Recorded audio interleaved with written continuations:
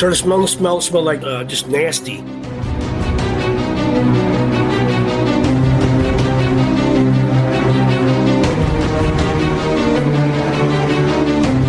I started shining my light because I could tell it was coming from that area down on the bank.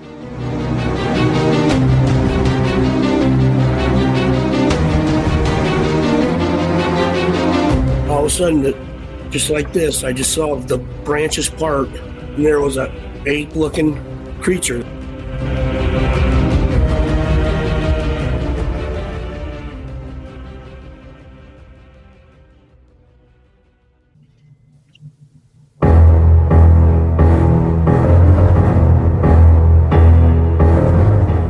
This is the Cryptid Creatures Podcast. I am Brian, and with me, as always, is my co-host Todd. What's going on, buddy?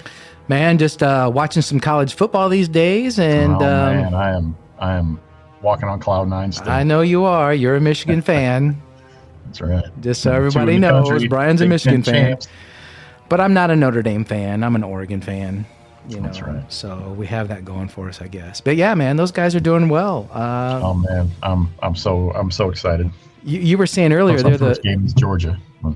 Well, yeah, I know, but hey, we got to do what we got to do. You were saying earlier that what was the stat on Michigan? They were the only team to do what? They are the only team to start the season unranked and end up playing in the college football. And that's awesome, man. That's awesome. Yep. Even though I'm not a Michigan fan, I'm happy for him. I am. Mm-hmm. I'm sure everyone's tired of the Alabamas and all that stuff. So, yeah. But it's been a crazy year in college football. It has been wild, man. Teams have lost that shouldn't have been losing, and It's just look at Cincinnati undefeated. Yeah, it's a shakeup for sure in Cincinnati. Who knows what's up with those guys, but we'll see. Yeah. But anyway, we're not here to talk about football, unfortunately. We can do that another time. No. Yep. We're here to talk about Chris and his encounter tonight. Chris is coming on. Had some things going on in Illinois again. Illinois. So, one more time. We got a bunch of stuff in Illinois. I know. And I don't think this was southern Illinois. No, it was northern. Yeah, which is weird. Northwest. Yeah. So we'll get him on and see what the hell's going on there. What do you say? Yeah, let's go get him. All right, here we go. Chris, thanks for coming on the show. You're welcome. I'm happy to be here. Yeah, good to have you. Yeah, we appreciate it, man. So, for sure. Chris, you had a Bigfoot encounter. You had told us that it was near the Green River in Illinois. What county was that in? On County Line Road. It's the road that splits Lee County and Whiteside County. Okay. And is that a little bit northern Illinois? Yeah. Okay. All right. Yeah, I'm about 120 miles west of Chicago and 70 miles south of Rockford. So. Now, what year did this happen in? The Bigfoot happened in 1985, the summer of 85, August. Why don't you go ahead and tell us what was going on and then what happened and describe your encounter for us there. Okay. So me and some friends, we were going to go catfishing on the Green River, and they were going to eat pizza first in Rock Falls, Illinois. So I headed out towards the bridge, parked my car on the bridge. The river runs east to west. I parked on the east side of the bridge. Not much traffic out there in the country, of course. Went over on the west side, railing, and cast in the water, waiting for a fish. I started smelling something like, I can only describe it as toe jam or stink bait or that cheese, that nasty cheese, Limburger cheese. Hang on just a second, Chris. You got a TV on or something? Yeah, let me turn. I'm watching Bigfoot right now. Finding Bigfoot. Hold on. I was watching that too. What do you guys want? I'm watching it too. It's on my TV and I got it on mute. Yeah. All right. Very good. I got it off now. Everything good? Yeah. Okay. Yep. Where was I at? Okay, so I started smelling the smell. Smelled like I was using chicken livers for bait, which weren't rotten. They were just out of the fresh chicken livers. Started smelling the smell. It smelled like toe jam, Limburger cheese, just nasty. And it was right where I was here, but I could move my head here and I wouldn't smell it. Move it here, I would. Move it here, I wouldn't. It was like a stink trail out of a cartoon, like Pepe Le Pew, Yep. Now he has that stink trail. So I started following it, and I followed it to the south of the bridge. And at the southeast part of the bridge, there's a ditch that runs in right there to the river. So with the river coming this way and the ditch coming this way, makes a point right there. And at that point, there was a tree. I started shining my light because I could tell it was coming from that area, down on the bank, everything. And all of a sudden, I heard some leaves rustle in the tree that's on the point right there. So I started shining up, looking in there. All of a sudden, just like this, I just saw the branches part, and there was a ape-looking creature there. And with my flashlight, it looked like green eyes glowing back, big green eyes. Oh, I ran to my car, got in it, and took off. Left my poles there. Took off down the road. As I'm going up a hill, my friends are coming back from eating pizza, and we went past each other and came back. I said, they go, what's going on? I said, I'm not going back. They said, why? I said, I just saw Bigfoot. And of course, they started laughing. Eventually, they talked me into going back. I showed them what had happened. This is kind of a thick tree, so you couldn't really see inside it unless it was parted. And they were like, yeah, right, whatever. And to my knowledge, I think the Bigfoot had gotten out of the tree at that time because we couldn't smell anything at that time. We started fishing again, talking. Nothing about Bigfoot or nothing. And all of a sudden, one of them goes, you smell that? I looked at him. I said, stop making fun of me. He goes, no, I can smell something. So I went over to where he was at. He was kind of in a little different location. I could smell the smell. I said, follow me. So I kind of led the way with a flashlight, smelling the trail. I shined it down the back. I said, watch this. And I shined it up the tree, and all of a sudden, branches parted again, big hairy face, green eyes. And they ran. I ran. We got our vehicles left, came back the next day and got our poles. And I did do some research on it, on the Bigfoot. I don't know how to call the registration of reports. I never reported it.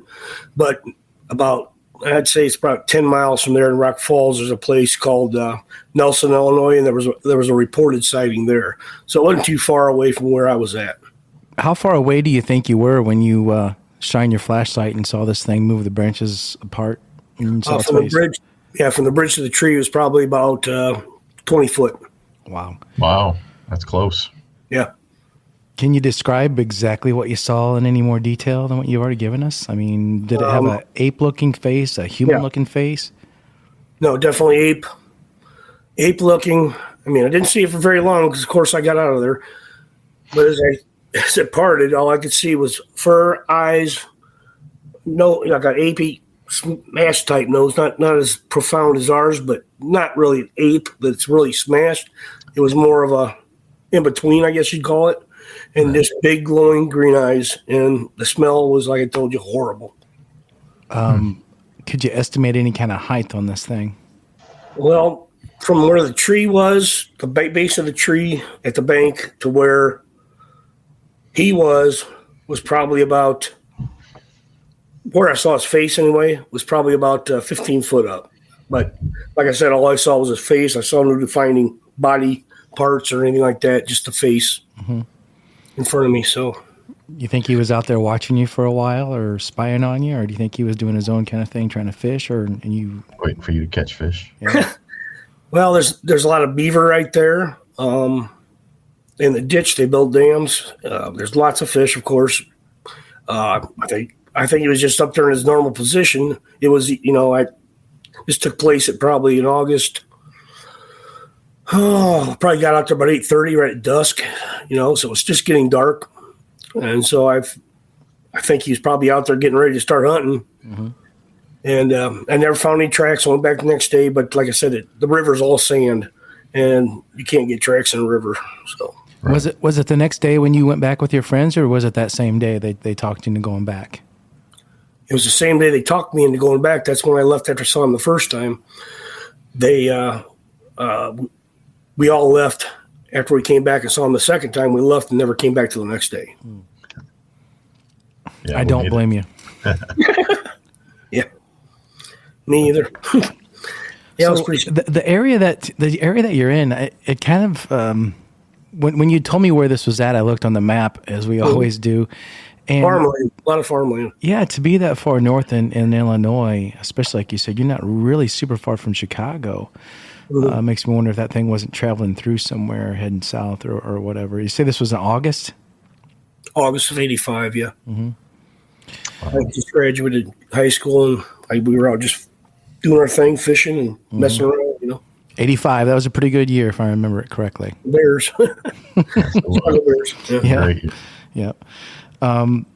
So what else happened to you? You said you had another encounter down the road. What was going on there, Chris? This one was a bit more scary, actually, than me. My profession is a boilermaker. I go to different power plants and do construction when they're offline, whatever. We have a lot of nuclear plants here in Illinois. I was at the Byron nuclear plant up near Rockford. And I was working a 3 to 11:30 shift. So 11:30 got out of my shift, headed towards home on Route 26. That goes by a place called the Green River Conservation Area. And I took a right. And as I took the right, going the country way home, I could have kept going, it took highways, but I like driving the country. And as I took a right, I'm coming up this little hill, trying to accelerate right after I turned. And as I got towards the top of the hill, my peripheral vision off to my right with my headlights, I could see something. So I turned my head and I looked. There was a naked man with a deer type from neck up was deer with horns. I didn't make out any body parts like that, but he was running side by side with me on this road. And I started to accelerate to get away, and it took off in front of my car, and at a 45-degree angle, ran across the road at speeds I've never seen before, and took off into another field, heading south. And I got home. It was about 12:30, 12:45 when I got home in the morning. I went upstairs. I looked at my wife was in bed. I woke her up. I said, "You're not going to believe this." She goes, "What?" I said, "I just saw a naked man running next to my car with a deer head with antlers." She looked at me and she said, "You can't make this shit up." Yeah, I don't. Yeah, nobody's making that up. It just really freaked me out. Okay, so you say naked man. Was the body pretty much a human body? Is that what you're saying? Human body with no clothes on, and it couldn't be somebody running around with a mask of a deer because it was going over 30 miles per hour when it quartered at 45 in front of my car. Was it? How tall do you think it was? I would say probably in the 6 foot range, probably. I mean, it just looked like a normal man without clothes with a deer head. It couldn't. You don't think so? It couldn't have been someone who just found a deer mount, cut a hole in it, stuck on their head, decided to go run around, do some PCP, and go run around naked with this thing on his head. I mean, I've been asked that, and this is out in the middle of frickin' nowhere. I mean, I don't know why somebody's standing there in the ditch waiting for a car to go by, but the speed it went, no human I've ever seen do that speed. No. Especially naked and with a deer head on, you're not going to run any. Well, the nakedness might have made him more maybe able to fly through the air a little quicker without clothes. But Lighten him up a little bit. Yeah, but it was very strange. That is strange. Yeah. I was talking to Brian about your encounters before we got on here, and we were saying how maybe this was a Wendigo that you saw, but I don't know that they are exactly like that. I mean, to the body, it was just almost, it wasn't anything different than human, Chris. It was human body. It was like a human running a race. I mean, standing straight up erect. And normal size. It wasn't like real super skinny, super bony. No, it was like a muscular human. Huh. Wow. I mean, it happened so quick. It's hard to calculate all this stuff in your head when you're But when it ran in front of me, it was a normal, like a well-fit human being. Is there Indian land up around that area? I'm not really sure. Reservation land. I mean, people find the arrowheads quite often. I mean, that was all swamp when Illinois was being populated. They drained it by making the Green River. They I don't know what they did to the land to get all the water to go to the Green River, but they made it so they had farmland. But I think there was quite a few probably Indians around because they find arrowheads all the time. Yeah. Comes to mind as Skinwalker, like we were talking about. Yeah, I've seen some of that, but I mean, this just looked like if you took your clothes off and stood right over here and put a deer head on, and it didn't walk funny, run funny. It was running like a normal human being. Right. And just as fast as hell, though. Chris, what year did you say you saw that creature then? Oh, that would have been, I got in the Boilermakers 92, probably around 97, 98. Okay. So like 10 years or more after the Bigfoot sighting. Yes. Which one scared you more? Probably the Bigfoot because I was on foot. I wasn't in my car like I was with Deer Man, but they both scared me. I mean, I don't usually get scared very often, but that really spooked me. Right. Did you ever notice any weird lights in the sky or lights in general in that area at all between these two sightings or during these two sightings? No. Okay. No, but I've got a story about that. My buddy, I mean, this was actually, I don't know if you guys do too much alien research or... A little bit. Yep. A little bit. Back in 1982, I think it was, my friend who I work with, him, his brother, and another friend were coming back from Rockford up by the nuclear plant. And they took a road off to the east of it, or west of it, I'm sorry. And they encountered a UFO that did like maneuvers out in the field. And the next day, they were contacted by G. Allen Hynek and taken to Rockford with a hotel called the Clock Tower Inn. And they were taken separately and interviewed. And they actually went out in the limos with the guys dressed in black, G. Allen Hynek and all of them, to the area. And they took soil samples looking for radiation and stuff like that. The government did. And this was in the Rockford Register Star, which you can look it up. I'd have to have the exact date. It was December. They were Christmas shopping. It was like December 18th, 1982 to 84. But it's all documented. But they said that thing was right above their head. They got out of the car. No sound. It was triangular shaped. Had light at each side. Then all of a sudden it went out into a field and started doing maneuvers. Just non-human. I mean, we could never have an aircraft like that at this point in our life. Then it went down a tree line and they lost it, got home. Their dad called the Rockford airport and they asked if there was any sightings they have at the airport. He says, yeah, we had a UFO or unidentified flying object, but we don't know what it was. And that's when they got hold of the government and G. Allen Hynek I think it was the next day or the day after, interviewed them all. Wow. That's pretty. I wish that'd be really neat to see something like that, but I've never seen nothing like that myself. Well, you made a comment, nuclear plant. That kind of struck my attention a little bit. Yep. Sometimes I wonder, about that, but I also wonder if there's somebody out there just playing games and putting puzzles and pieces together of creatures and sending them out on their way, or aliens out there saying, okay, well, let's abduct a human and let's abduct a gorilla and let's turn it into a mixture and put it back down on Earth. Oh, we got a Bigfoot, we got a Sasquatch. But with what you're running into and what we're hearing more and more as we do this, other than Bigfoot, is there's just a lot of strange things out there that people are seeing, and so somebody's doing some stuff. I don't know if it's our government, something bigger than us. I don't know. Bigfoot's got alien tones to it because the way they can just disappear and cloak themselves. So I think they have something to do with aliens. Myself, personally, Bigfoot. Yeah, I was going to ask you what you thought Bigfoot. You think that thing's just a flesh and blood creature, or do you think there's more to it than that? I think it's aliens in a different form on Earth sometimes, to me. I've wondered that myself. I wonder why they would come into that form of a creature. But who knows? I mean, nobody knows what's going on out there, at least not yet. Hopefully someday we will. But how you can't find a dead Bigfoot? I mean, okay, they bury him. So why you see that if they say that, you'd see signs of people walking the woods would see signs of a burial site, dug up fresh.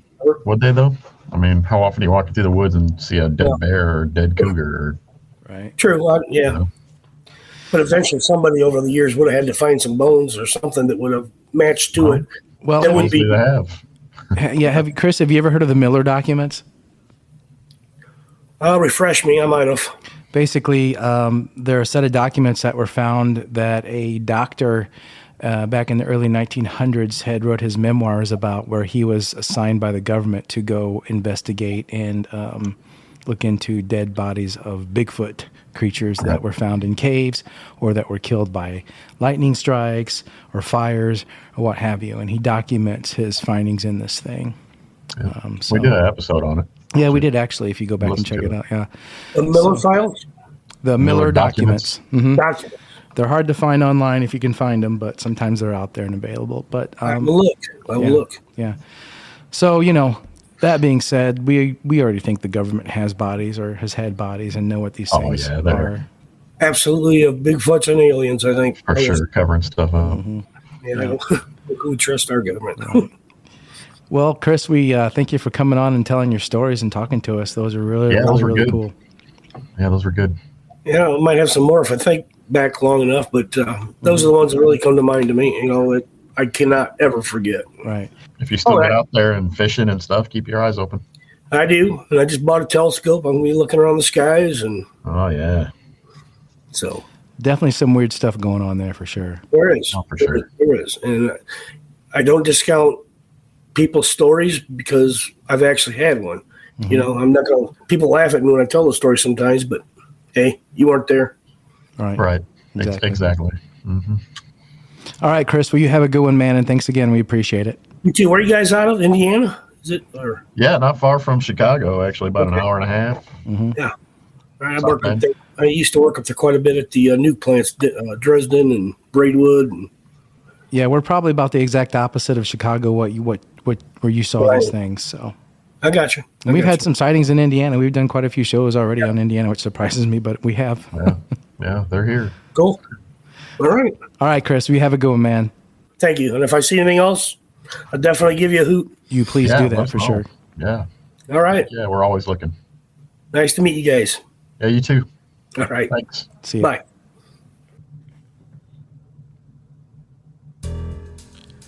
Well, definitely some interesting stuff once again. Yeah, that was a trip. I really wonder about that. I'm leaning toward Skinwalker. There, you think a Skinwalker? Maybe some of our listeners can chime in on that one. Yeah, I don't know. Wendigo, Skinwalker, who knows? The fact that he identified the body as being human, but sometimes maybe people see stuff and they relate. Who knows? It's just weird. Maybe, yeah. That was a wild one for sure. I mean, do we rule out a guy doing PCP and running around naked with a deer head on his doing 30 miles an hour? I guess so. We'll give him credit for that. I think we can probably rule that out because he said he was keeping up with it pretty well. Yeah. The Green River area, that little place he was talking about, I was doing some looking up on that too, and that's got some weird stuff going on. So who knows, man? Who knows? What are these people seeing out there, dude? What is going on? But we need to get out there and find out. For sure. Always, as we do. So anyway, thanks again, everyone, for listening. We appreciate it very much. Yes, we do. Thank you all. We wouldn't be here without you. If you've had an encounter and would love to come on and tell your story, please email us at info@cryptidcreatures.co.com. Okay. We're on Facebook, Instagram, Twitter, YouTube. Everywhere. So get in touch with us. Let us know what's going on out there, everyone. Yep. And we appreciate it. Brian, thanks again for the awesome hangout, man. Always fun, man. All right. You take care. Till next time. Yep. See ya.